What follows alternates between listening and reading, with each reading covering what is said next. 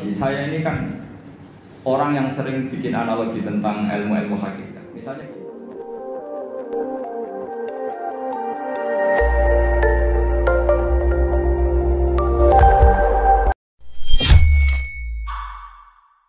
Assalamualaikum warahmatullahi wabarakatuh. Bismillahirrahmanirrahim. Kitab besar Sayyidzuddin bin Abi Salam adalah satu tarikh, satu manaqib. Itu menjadi hukum fikih.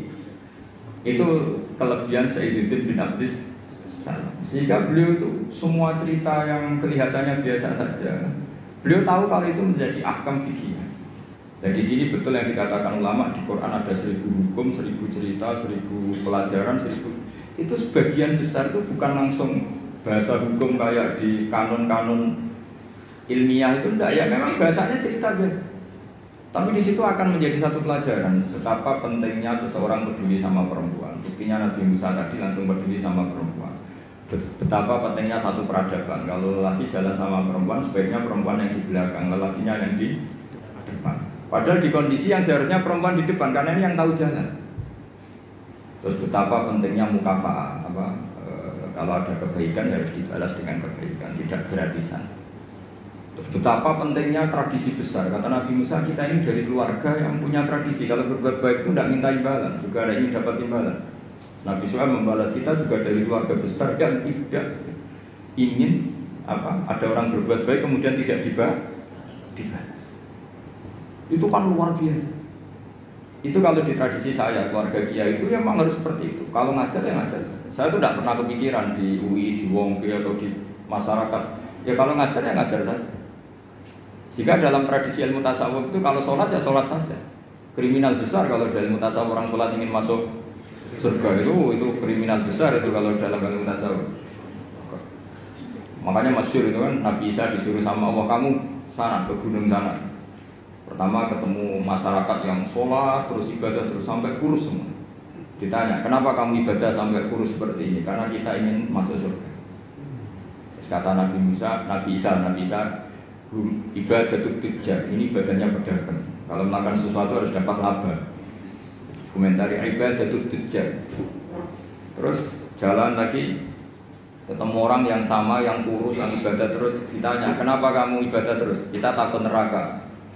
Terus kata Nabi Isa, ibadatul ubad. Ini ibadahnya para budak. Jadi melakukan pekerjaan karena ketakutan. Jamu majikan, jamu rektor, jamu pimpinan itu namanya ubad, itu budak. Takut ditegur dosen, ditegur atasan. Terus kelompok ketiga itu orangnya happy. Cara Jawa itu badannya klemis. Klemis itu nyaman. Air mukanya ya nyaman, fisiknya ya nyaman, terus ibadah ya nyaman. Ditanya, kenapa kamu nyembah sama Allah? Karena rindu, karena senang. Nabi Isa ikut gabung ini.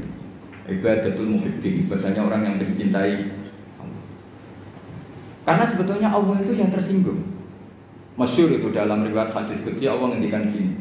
Ada orang soleh ibadah terus. Kenapa kamu nyembah saya? Ya karena saya ingin masuk surgamu ya Allah.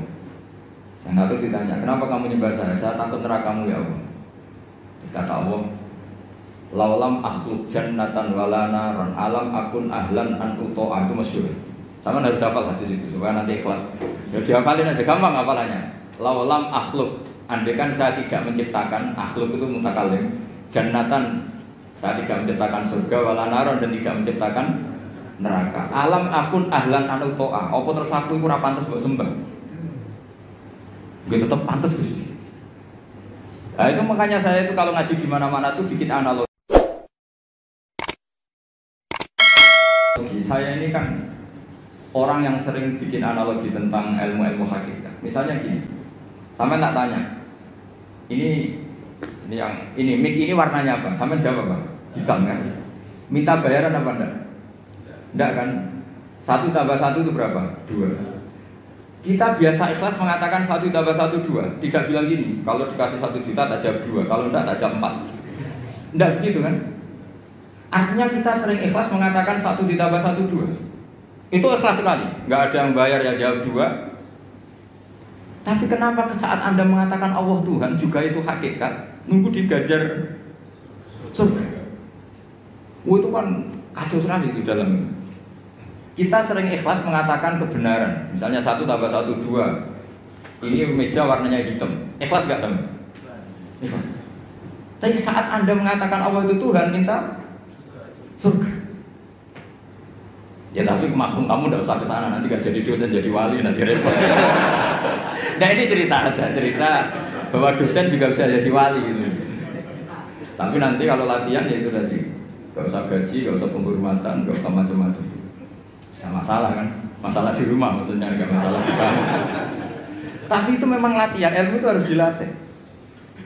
Sehingga kita ini sama Allah malu. Malunya adalah saat kita mengatakan 1 tambah 1 2 tidak karena upah, hanya karena ingin kita ngomong hakikat. Hakikatnya memang 1 tambah 1 2. Nah Allah itu hakikatnya Tuhan. Di mana-mana Tuhan itu ya layak disembah. Makanya kata Allah, andai kan saya tidak menciptakan surga atau neraka, apa lalu kamu tidak nyembah saya? Bisa saja orang ini jawab, ya enggak lah Gusti, rugi ngapain, ini kan masalah gitu. Makanya sebetulnya Allah itu tersinggung sama orang-orang yang nyembah karena surga atau karena. Tapi karena Allah itu zat yang baik, meskipun tersinggung itu ya baik-baik saja. Ini bedanya Allah sama makhluk. Artinya Allah itu zat yang sangat Rahman, sangat Ghafur. Meskipun tersinggung itu ya nggak apa-apa, tetap mengapresiasi ibadahnya orang-orang, kemudian diberi pahala apa? Maka dalam cerita-cerita Sufi itu masyhur itu. Suatu saat Robi Adawiyah itu bawa api, bawa oncor. Kalau dulu itu oncor. Ngerti nggak apa itu? Obor itu. Yang satu bawa air 1 gelas. Ditanya, kamu mau kemana? Mau membakar surga dan memadamkan neraka. Terus kenapa ya? Doanya Robiah yang paling masyhur gitu. Ya Allah, jika saya menyembah Engkau karena ingin masuk surga, haramkan saya selamanya tidak akan masuk. Dan jika saya menyembah Engkau karena takut neraka, neraka akan saya isi sendiri, tidak usah diisi yang lain, saya saja. Karena ini sudah ilah dari jatil hakikat. Kalau kita bisa mengatakan 1 tambah 1 2 itu ikhlas tanpa presentasi apapun, kenapa mengatakan Allah Tuhan nunggu digaji surga? Jangan-jangan di hati kita kalau nggak ada surga kita tidak mengatakan Allah itu Tuhan. Jangan-jangan kalau kita tidak jadi dosen UI tidak peduli sama perjalanannya Islam di Indonesia. Jangan-jangan kalau saya nggak dikiaikan di UI saya tidak peduli sama perjalanan Islam di Indonesia. Itu kan lama-lama gitu. Saya senyum karena profesi saya pramugari. Di rumah kan tidak pramugari lagi, maka nggak perlu senyum. Kasihan suaminya tuh. Maka bahaya sekali kalau seperti itu. Dosen di kampus pengajar, di rumah tidak pengajar tapi penghajar. Itu nggak boleh seperti itu. Kalau dosen di kampus harus dosen di rumah. Kalau senyum di pesawat harus senyum di rumah, karena senyum itu kebaikan. Kalau di pesawat baik ya di rumah baik. Ngajar itu kebaikan. Kalau di kampus baik ya di rumah baik. Allah itu Tuhan, di mana-mana Tuhan, kapanpun sebagai Tuhan. Nah, di sini ini pentingnya ilmu. Makanya di Quran, ini kembali lagi ke ulumul Quran. Kalimat fattakun naro itu dengan fattakuni itu banyak fattakuni sebetulnya. Karena kalau fattakuni itu ilmu hakikat, jadi fattaku mongko wedya sira kabeh ning ingsun, kamu takutkan saya, takutlah kepada saya. Ya ulil albab, kalau kamu punya akal. Jadi orang yang punya akal takutnya sama Allah, bukan takut sama neraka. Makanya dalam cerita itu pernah Sayyidina Ali itu di satu masjid, mubalignya atau penceramahnya itu cerita neraka. Serunya bukan main. Oh neraka itu gini. Tekan ke neraka itu sampai bawah nunggu berapa? Bangga apa ya? Oh, semua cerita neraka sehingga hadirin itu nangis semua. Sayyidina Ali pas liwat terus si penceramahnya dipanggil. Kamu membuat mereka takut oleh neraka sampai seperti itu. Apa kamu bisa sukses membuat mereka takut kepada Allah sampai seperti itu? Dites, nggak bisa berbalik. Terus masyhur itu Sayyidina Ali ngendikan, "Atajizu an wasfi makhluqin mislah." Masa ngadepin neraka saja sesusah itu? Apapun topnya neraka itu makhluk, sesuatu yang diciptakan Allah. Harusnya kamu lebih takut sama Allah. Sehingga semenjak itu dirubah cara ceramahnya dirubah. Jadi tidak, karena tadi itu yang diikuti ulama-ulama tasawuf. Jadi ulama tasawuf itu orang yang mengembalikan pada akal waras. Ya kayak tadi, saya mengatakan ini hitam itu hanya karena apa? Ya memang warnanya hitam. supaya saya jadi orang waras. Kalau hitam ya tak bilangkan hitam, tak katakan hitam. Sama, Allah itu Tuhan. Kapan saja Tuhan, dia sebagai Tuhan. Andai kan tidak menciptakan surga atau neraka, dia tetap sebagai Tuhan. Jadi kesetatusan Tuhan Allah itu tidak nunggu bikin neraka atau surga. Kita ini adalah orang yang sudah peduli sama pendidikan. Untuk diangkat dosen apa enggak, kita tetap ngajar di mana saja, kapan. Senyum adalah kebaikan. Bahwa kamu sedang jadi pegawai bank maupun enggak, ya tetap senyum. Semuanya harus gitu. Peduli sama yatim piatu ya sudah satu kebaikan. Bahwa kita pengurus yayasan apa enggak, ya tetap peduli sama yatim. Nah itu ilmu hakikat. Sesuatu itu dikembalikan pada proporsinya. Itu termasuk yang diajarkan Sayyiduddin Bid'atus Salam. Sehingga kita kalau maknani fattakun naro sama fattakuni wattaquwah, kualitasnya itu tentu tinggi fattaquwah atau fattakuni ya Allah. Karena Allah itu zat yang harus kita sembah, kita puja-puja, kita takuti ya sebagai Tuhan, sebagai Allah. Bukan nunggu karena Allah bikin surga atau neraka. Itu dalam ilmu tasawuf. Tentu kita ada mungkin kelasnya tidak sampai seperti itu. Dan tidak perlu seperti itu nanti. Sehingga terus ibadah yang ingin masuk surga itu disebut ibadah tujar, apa? Ibadahnya para apa? Pedagang. Jadi harus ada untungnya.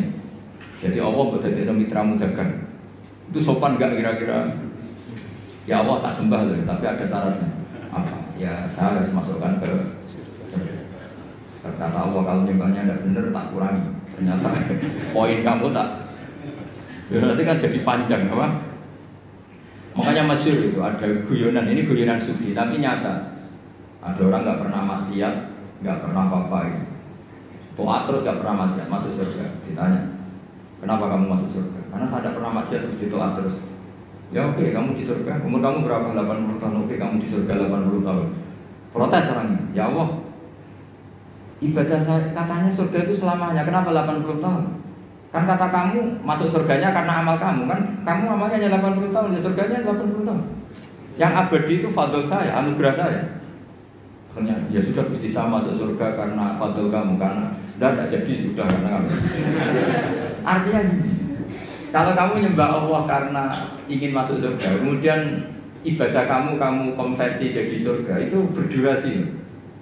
Ya harusnya sholat seperti itu pahalanya hanya sekian, sudah sekian saja.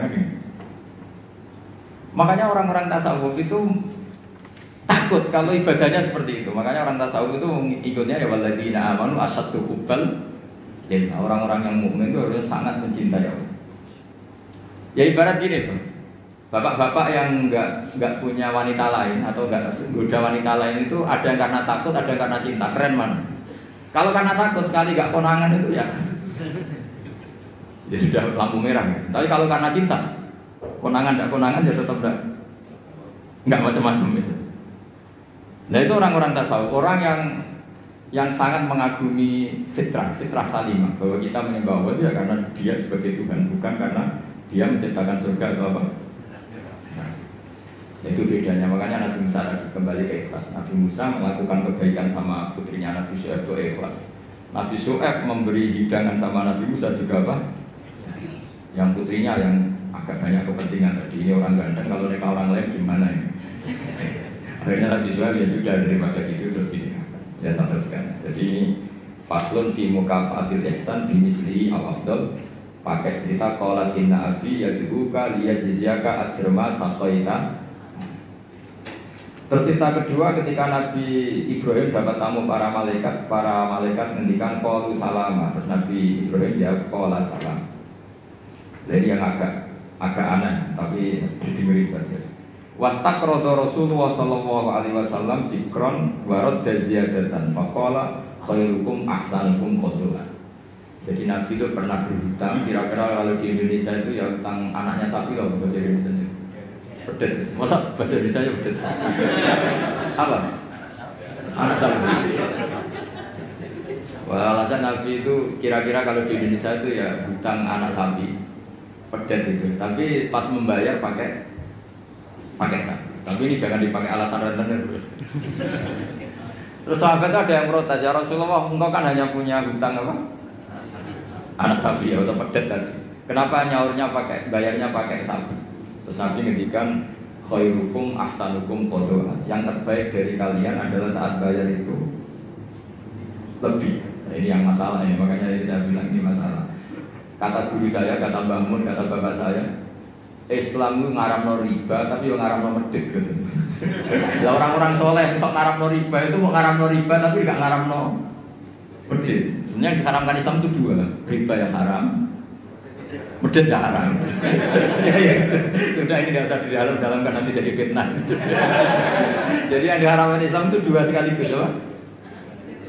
Riba yang haram, pikir juga. Coba sampean bayangkan, misalnya saya punya utang sampean 10 juta. Harusnya Februari, sekarang Februari, Januari kemarin harusnya sudah lunas sampai Februari. Jakarta ke sini naik pesawat, nagih saya, nelpon ya pakai pulsa, kirim utusan ya pakai utusan dan bayar. Setelah itu saya nyaur 10 juta pas. Padahal nagihnya dia ke saya aja sudah menghabiskan tiket berapa? Tapi sampean bisa menilai, salahnya sendiri nagih, wah ya repot. Sampai nagih itu ya karena ngelangkai apa? Janji. Pertanyaannya adalah kalau kamu nyaur pas 10 juta itu kerugiannya kan banyak. Tapi kalau kita mengatakan wajib nyaur plus uang kerugiannya, kita nanti mensyariatkan. Makanya sebetulnya Islam itu tadi ya mengharamkan riba, tapi yang mengharamkan medhit itu fikir. Itu aja gak usah diterus-teruskan nanti jadi fitnah. Tapi yang jelas Rasulullah itu pernah hutang apa? Medhit, nyaurnya sapi. Ketika ditanya jawab Nabi, khairukum ahsanukum qadha. Yang terbaik dari kalian adalah saat nyaur dikasih. Karena saya jadi kiai itu paling pusing ngadepi itu, paling pusing. Biasanya kalau orang-orang kampung saat rukun itu kan ponakannya khitanan atau kawin nikah itu kan dibiayai paginya. Biasanya dijualkan sapi atau apa. Zaman itu tahun 70. Itu harganya sapi itu baru 3.000. Setelah 2005 alhamdulillah tukaran bentrok ya. Waktunya kan ditagih, namanya tukaran ditagih.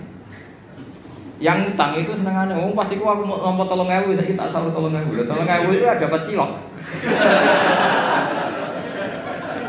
Lah yang utangi itu ingetnya itu pas itu jual apa? Sapi ya, dibayar sapi. Dan akhirnya kita sebagai kiai kan bingung, tidak ikut makan uangnya tapi harus jawab. Terus saya jawab gini, andaikan saya jawab langsung putus enggak Pak? Kalau langsung putus tak jawab, kalau enggak mau. Kan rugi sudah dikiaikan ternyata enggak final kan enggak keren. Enggak Gus, kalau sekali jiran jawab kita taslim, kita menerima. Ya sudah kata saya, bayarnya sapi saja. Dulu ya bayarnya sapi saja, saya tidak mau jutaan. Tapi ternyata yang ngutangi berengkel. Gus sapinya itu andaikan masih itu anak cucunya sudah banyak. Wah repot kalau gini. Jadi dia nggak mau dibayar satu sapi, harus plus anak cucunya. Apalagi kalau sapinya sering selingkuh, wah, anaknya. Tapi yang utang itu tidak kalah pinternya. Iku nak urip sapi mula, nak mati. Wah repot ini. Makanya saya itu kadang sama orang awam itu yang mantel karena itu. Makanya konversi utang, saya itu punya geladak itu rumah kuno. Itu dulu buyut saya bikin, itu hanya habis 700 rupiah. Sekarang geladak saya pernah orang antik itu nawar sampai 500 juta.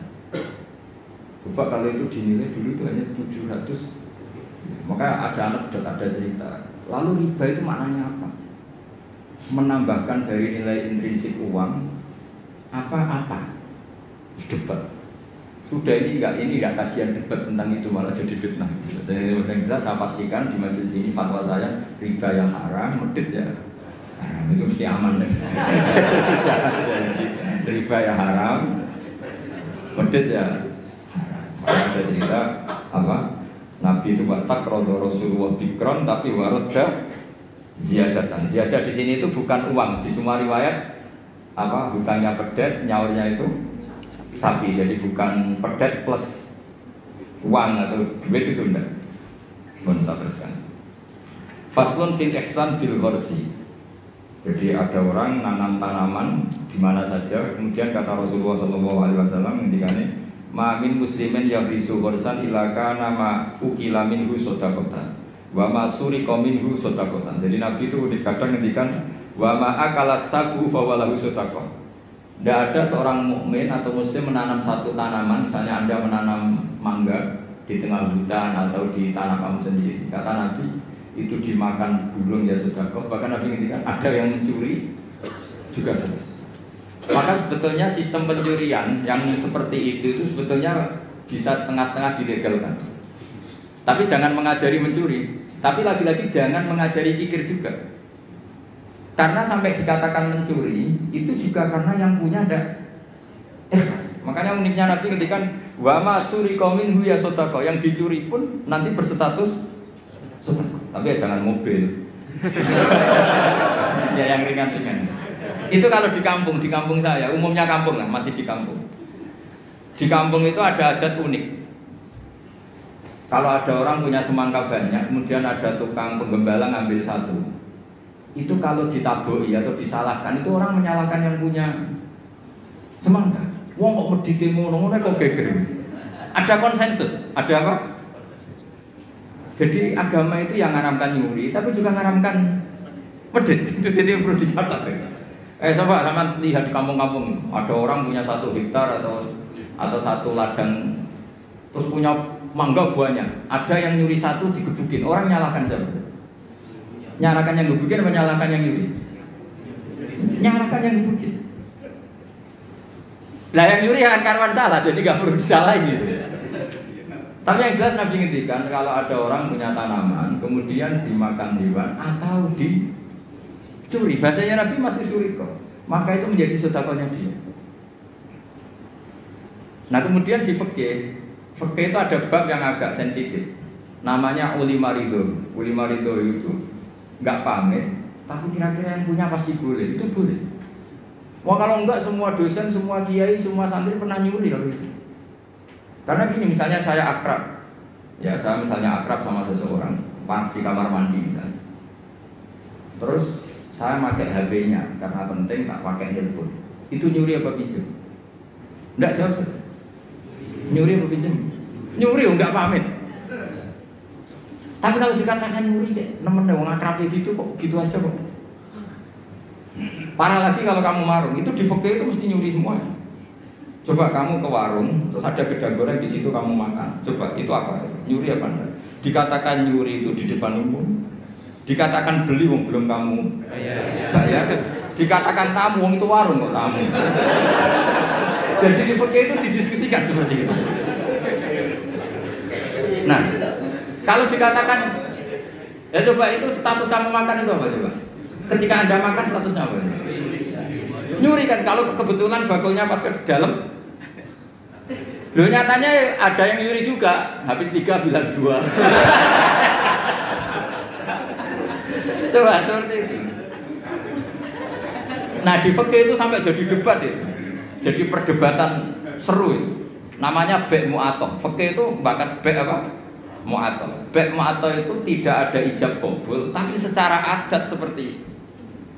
Ya saya ulang lagi, gak ada ijab qabul tapi secara adat seperti itu. Akhirnya kita ngambil gedang goreng sampai 5. Nanti kelihatan nggak benernya begini, kita punya asumsi, punya estimasi harganya per 1 itu 1.000. Ternyata sama bakulnya bilang 5 berarti misalnya 10.000 apa? Kita akan estimasinya 1.000, ternyata diregani 2.000. Kita akan kaget. Jadi lalu pertanyaannya, fikih itu menjawab, lalu yang kita ikutian dengan jadi hakim itu kata baik, penjual apa pembeli? Kita harus sepakat pembeli karena dia yang punya. Dan kamu tidak dimasukkan jual beli tapi ifsad, merusak harta orang lain tidak pamit, maka kamu diberi sanksi, harganya mahal. Jadi sebenarnya kalau di fikih kan penjualnya bilang harganya 100.000, itu di hakim harus menang yang penjual. Karena kamu merusak harta orang lain tanpa pamit. Jadi akadnya bukan jual beli tapi merusak hak orang lain. Maka itu kalau di persidangan dimenangkan penjual karena pemilik. Ya terserah saya, yang punya saya. Mau apa kalau kamu? Kamu aja selonang-selonong apa? Makan yang nyuruh. Makanya saya pernah kenal sama Kiai Jawa Timur, itu orangnya khusyuk. Itu kalau marung itu sampai batalnya mantel. Teman saya mondok. Bu, ini gedang goreng begini pinten. 1.000 dek, ini dibayari 1.000, baru dimakan. Masih di tempat itu dia kepengen lagi, akad lagi. Bu, ini pinten. Ini tela goreng harganya pinter 1.500 dibayar lagi. Saking ininya akadnya itu jelas. Lama-lama anak itu tiap marung, dia cuma marung rene ngel-ngel wong. Jadi kadang orang bener itu yang repot gitu. Orang bener itu kadang yang repot, tapi itu memang bener betul. Nah, makanya di fikih itu ada bab namanya bab olimarito. Di kampung itu kalau ada orang punya semangka 1 hektar atau punya pohon mangga, kok orang ngambil satu pamit itu mesti dimarahin kalau orangnya dermawan. Cung ngono ya kok paham. Kena butuh yang berjubuk. Makanya saya katakan nyolong ya haram, tapi medit juga.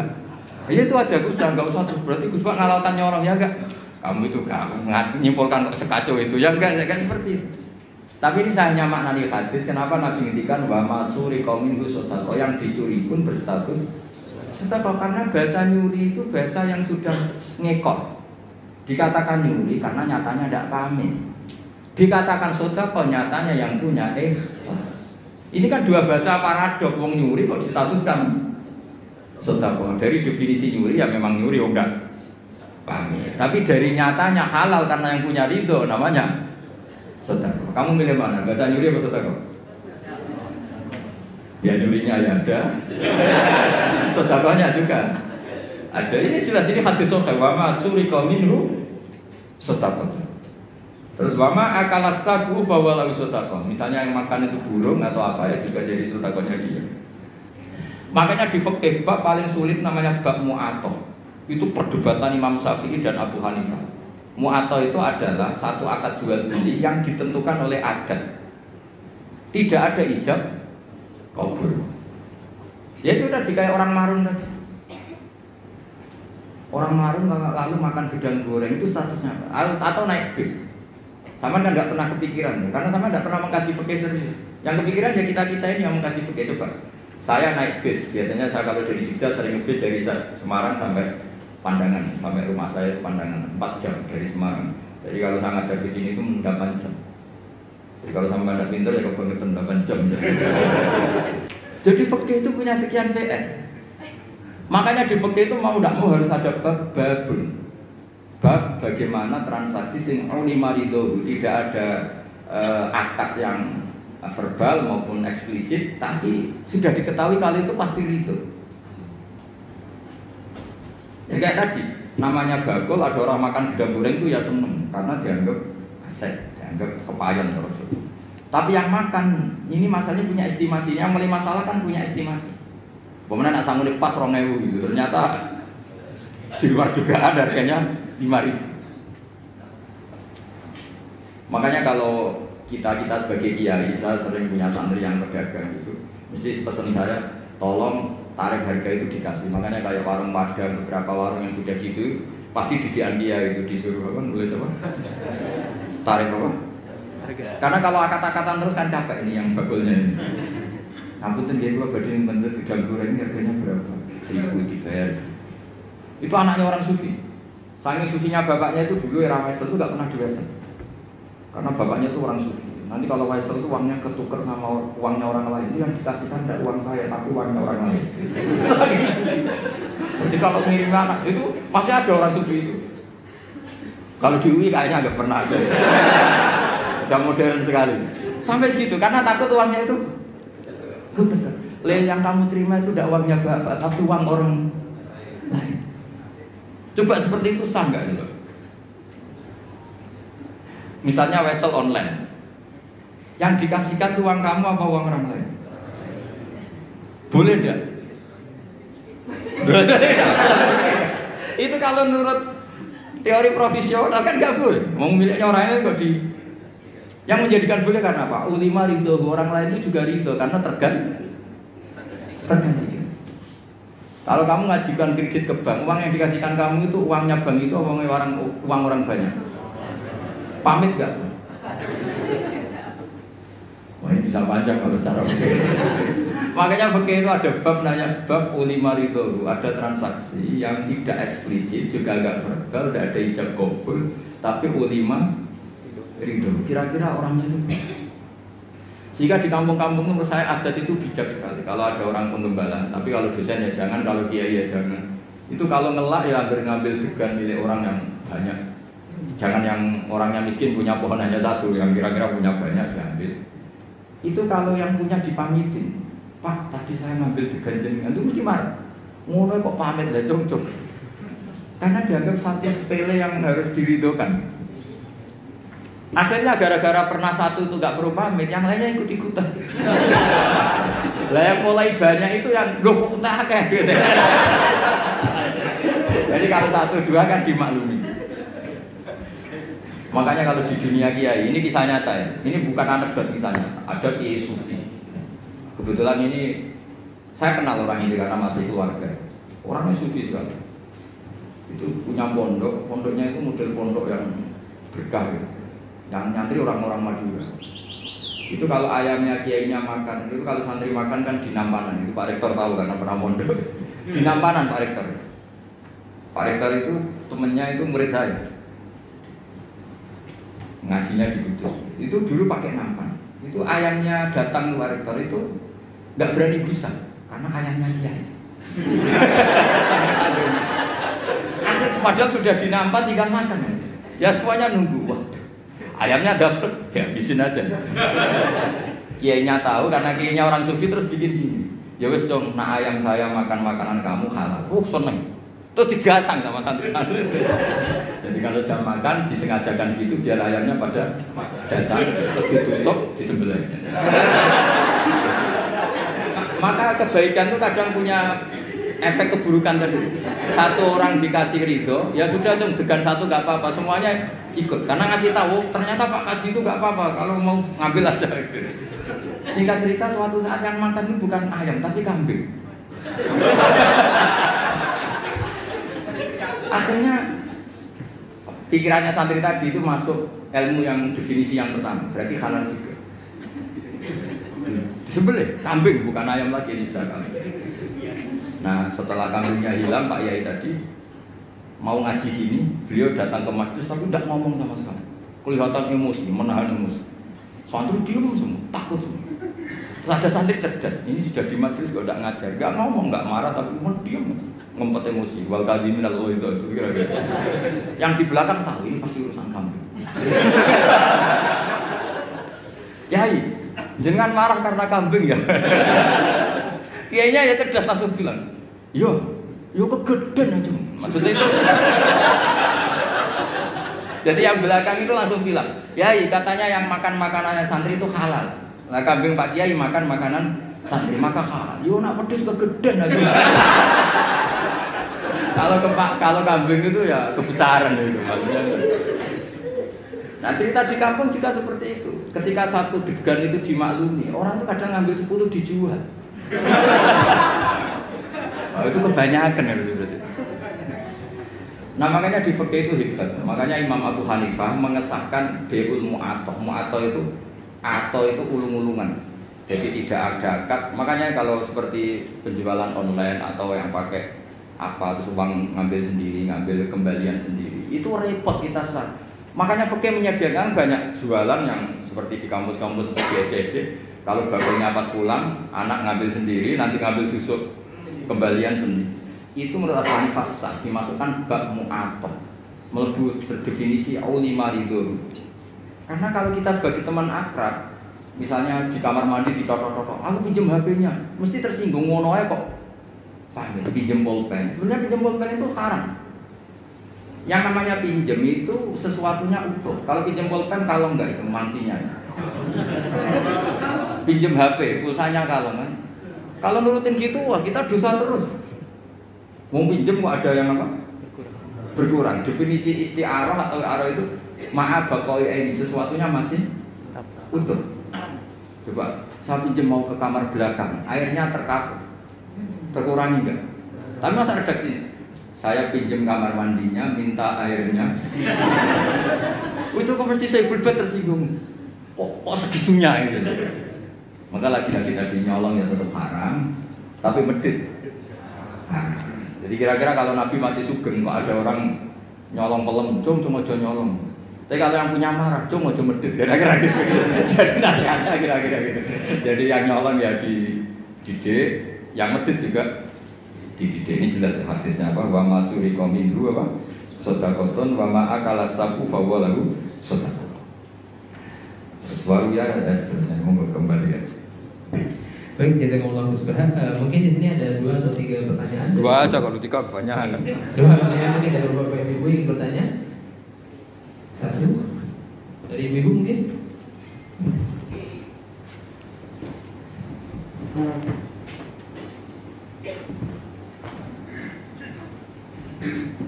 Assalamualaikum warahmatullahi wabarakatuh. Waalaikumsalam. Terima kasih makanya menarik tadi yang saya bilang Gus Bah. Saya teringat ini Gus terkait dengan pamrih itu sebenarnya boleh atau tidak. Jadi kalau kita melakukan sesuatu biasanya selalunya ada pamrih. Yeah. Bahkan termasuk juga pamrih untuk mendapatkan itu Allah begitu. Itulah tadi yang disampaikan Gus Bah. Oh iya. Terima kasih. Assalamualaikum warahmatullahi wabarakatuh. Waalaikumsalam. Langsung aja, langsung 2 aja. Yang kedua. Yang kedua ada? Ya, kalau satu bagus. Ada Gus. Oh iya.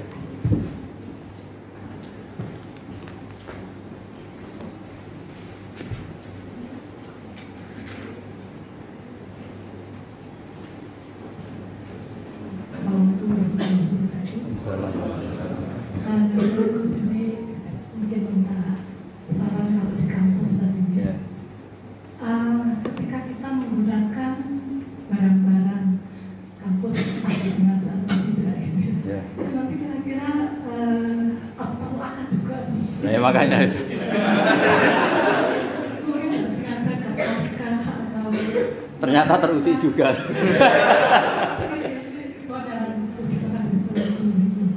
Waalaikumsalam. Ya, itu memang bab yang panjang. Ini saya tak jawab yang Pak ini siapa namanya? Begini ya, kalau untuk daftar jadi wali seperti itu masalah besar. Tapi kalau tidak wali tidak apa-apa. Memang ayatnya jelas tuh ya. Banyak yang hafal mungkin ya. Ya ayyuhal muddatsir qum fa'anzir wa rabbaka fakabbir wa thiyabaka fatahhir wa rujza fahjur. Terus ditutup wala tamnun tastakbir. Itu semua ahli tafsir kalau maknanya gini. Wala tamnun lan ojo ngekei sira Muhammad. Kamu jangan pernah memberi orang lain.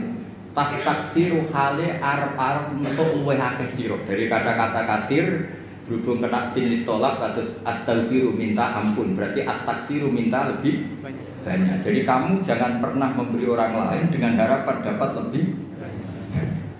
Fitrah manusia itu kan ingin tadi, ingin diwongke. Kalau kita sering minjemin teman sepeda motor, suatu saat kita pinjam tidak boleh, berarti butuhnya itu padahal dulu sering itu sudah diperingatkan sama Allah wala tamnun tastaksir. Jadi jangan pernah kamu memberi orang lain kemudian Anda berharap mendapat lebih, karena nanti itu nyusul kayak mirip suap. Ya, atau misalnya kita ngasih pejabat tertentu atau yang punya otoritas tertentu, kemudian kita hanya ngasih 10 juta inginnya dapat pegawai tetap misalnya, atau ingin jadi pejabat tertentu. Itu kan memberi dengan kalau yang seperti itu sudah mirip suap. Tapi yang repot kan yang masalah adat istiadat kayak ya buah, kalau di Jawa itu bilang buah. Kalau ada resepsi kita datang. Tapi nyatanya kalau kita punya acara dia tidak datang kan kelihatan aslinya.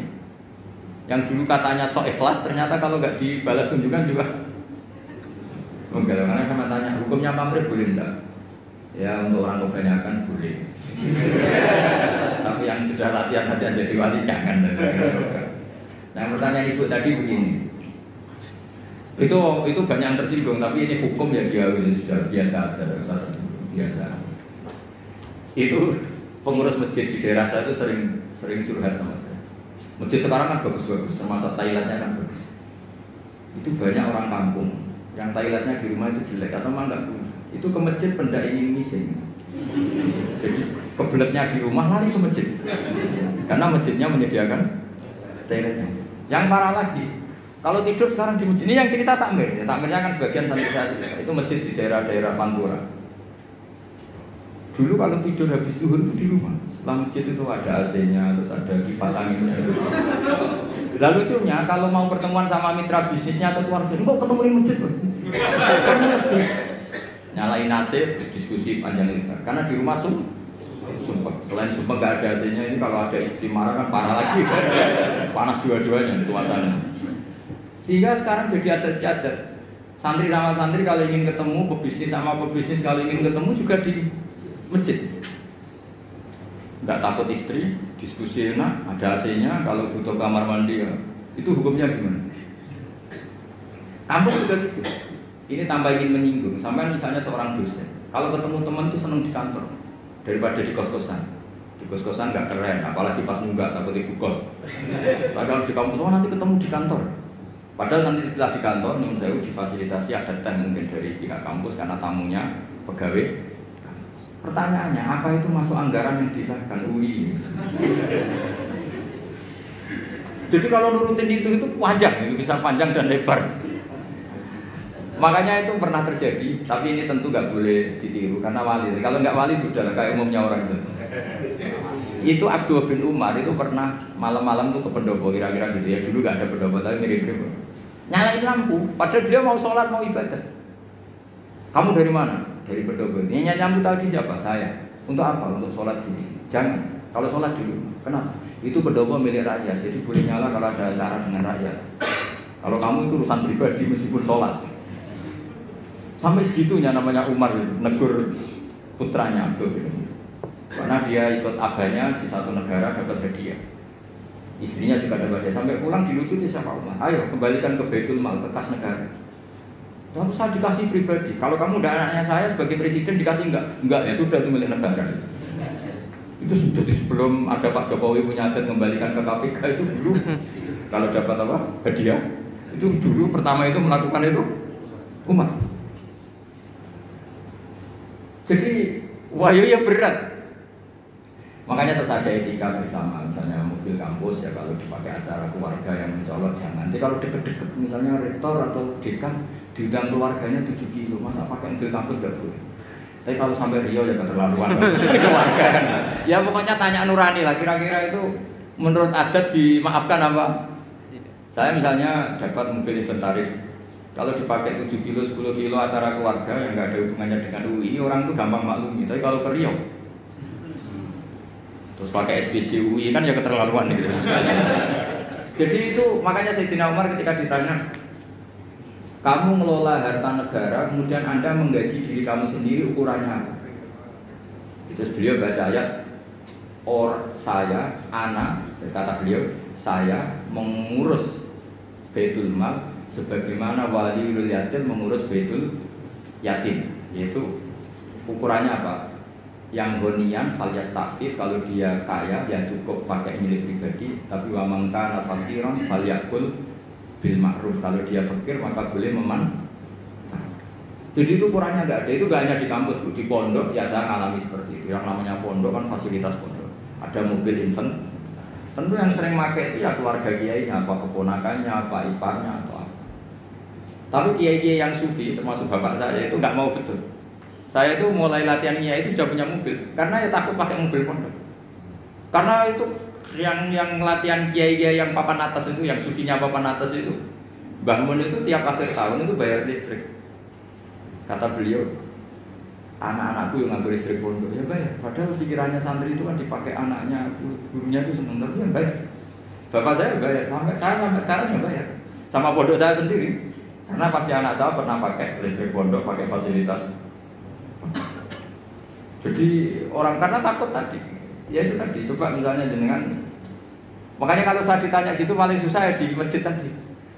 Kita melarang itu tidak mungkin, masa orang senang masjid gak boleh. Kadang jadi kata cerita teman saya itu, kadang melayu Gus Koma, karena harus kesusunan toilet. Tak tanya kenapa ada di rumah saja, toiletnya jelek. Jadi masjid-masjid kampung sekarang itu kalau orang rumpi lebih betah, karena ada kipas anginnya. Jadi kalau siang nyalain kipas angin terus tidur, daripada di rumah dimarahin istri tidur di. Sekarang pertanyaannya, boleh nggak nyalain kipas angin untuk tidur? Nah kita misalnya, kalau masjid kota kan jelas ada aturan nggak boleh tidur, tapi sama jagungannya lama ketiduran. Jadi seperti itu tuh mau nggak mau. Makanya kata Abu Hanifah, fikih itu harus mengikuti mutoradil adat yang berjalan. Kan tidak lucu, misalnya kita punya tamu di UI, ayo ketemunya nanti di kos saja, kan ini tidak milik saya. Orang itu tidak akan mengatakan itu sufi atau waroi, tapi muta'anid, orang yang mempersulit hukum. Macak segitunya. Terus nanti misalnya saya punya tamu 5 di Wipres karena saya ngaturnya di Wipres, tamu 5 terus tehnya tak ganti pakai uang saya, itu kan yang menyinggung orang banyak. Masa gitu saja diganti. Jadi itu masalah-masalah yang ya tadi, masa satu degan saja kok nyuri. Terus kamu saking sufinya notok-notok yang punya rumah, tok. Ada orangnya baru di kamar mandi, baru tidur, bangun-bangun, wonten apa? Nyuwun sewu pamit jadi derek. Lenggah. Kira-kira orangnya mantel apa enggak? Karena ngel-ngel loh gitu, kalau mendingan langsung duduk. Lah nanti mulai masalah gini, jebule duduknya transaksi narkoba, itu masalah. Tapi kalau sekedar duduk untuk nyetop bis atau nunggu teman, makanya Bu Hanifah ngendikan ukurannya itu adat. Makanya di fikih ada sebut al-adat muhakkamah. Adat itu juga bagian dari referensi hukum. Ya disebut apa al-adat. Ya Bu ya, jadi ukurannya nurani sama adat. Jadi kalau tamu 1-2 ya pakai teh kampus. Tapi kalau tamunya 1 bis ya jangan. 1 bis itu yang pegawai OB-nya juga ngal-ngal orang, itu kan mesti. Ya saya kira demikian. Assalamualaikum warahmatullahi wabarakatuh.